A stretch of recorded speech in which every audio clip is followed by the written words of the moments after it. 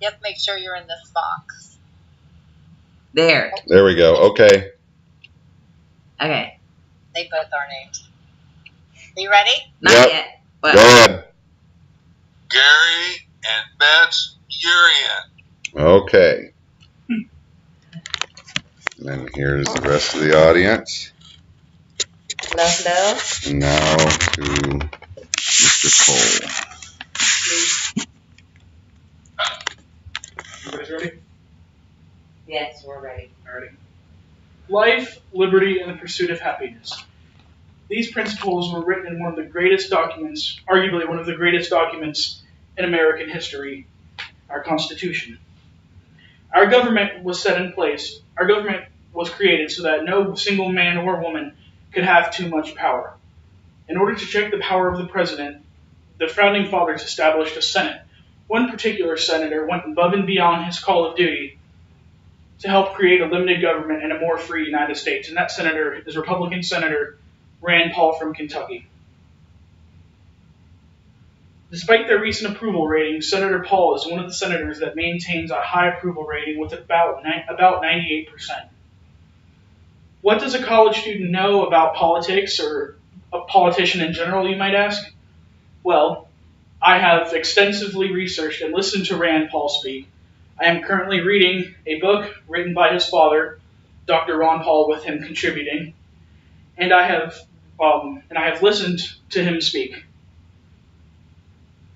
I have also advocated for some of the causes that he advocates for, which includes liberty and limited government.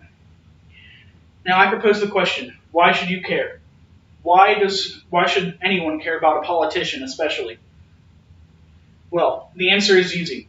What the politicians do today helps with the laws that they pass, and they veto contribute to what our future generations will have to live through. And I don't know about you, but I want my kids and my grandkids to live in a future that has a limited government, that they're not being spied on, and a country that isn't trillions of dollars in national debt. Senator Paul's proof lies in what he does. As a senator since 2011, Rand Paul has actively fought to veto bills that restrict our constitutional freedoms, and has actively fought federal government programs that further restrict our freedoms, including the National Security Agency and the Transportation Security Administration. The NSA and the TSA both were formed in the wake of the September 11th, 2001 terrorist attacks. The NSA and the TSA, the NSA in particular, was responsible for spying, was caught spying on American citizens by a former employee called Edward Snowden. He exposed the organization for spying on those that did not have a warrant or did not have any particular reason, did not have a trial. The Transportation Security Administration, like many of you know, are the security guards at the airport, those that check for weapons, check for small things at the airports. The TSA recently spent $1.4 million on iPads to tell which way their patrons should go in the line. I don't know about you, but $1.4 million seems like a waste for an iPad app when they simply could have told the directions. Rand Paul has fought in the federal government to limit and restrict the power of these programs. Another major program he's fought to reform, not completely abolish, is the IRS, or the Internal Revenue Service.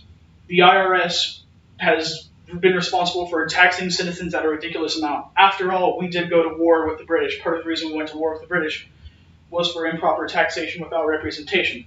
Rand Paul has proposed a flat tax that would stay steady for the rich and the lower middle class alike.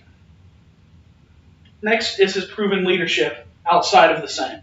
As an optometrist from Kentucky and creating his own business in 2011, Rand Paul has employed hundreds of well-qualified and even lower-qualified individuals from across the state. According to Breitbart News, he also traveled to Guatemala in 2014 while the rest of the Senate was on break to perform 200 eye surgeries for the Guatemalans that live there. I don't know about you, but that's the type of leader that I want, a leader that uses his vacation time to help the needy. Rand Paul also does not believe in bipartisanship. Yes, he is a Republican, but he has proposed bills that both major parties have stood upon and supported him in. he has also challenged both parties in the Senate. The first is the way that he challenges them. On the side of the Republicans, he has challenged the Republicans on their foreign intervention in wars. He has said that he has proposed that we should pull all of our troops from Iraq and Afghanistan, and believes that a strong military presence would actually create more sympathizers for our enemy. On the side of the Democrats, he has opposed laws and regulations to small businesses and to large corporations. Now, assisting those two, he has proposed bills that have helped further our economic freedom, and he has proposed bills that senators like Bernie Sanders, for example, an independent from Vermont, has supported as well. And the biggest one he has supported was the Federal Reserve. From the Federal Reserve, Bernie Sanders proposed completely abolishing it, which both major parties supported, including independent Bernie Sanders from Vermont.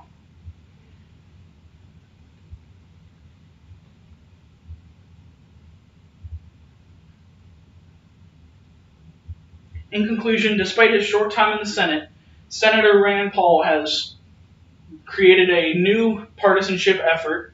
He has had proven leadership as an optometrist and as a senator, and he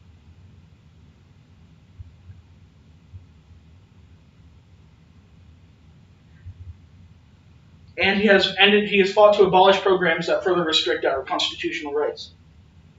After all, it was Washington that warned us of the two-party system, which Rand strongly believes in and opposes, but tries to create a balance in the Senate. Thank you. Very good.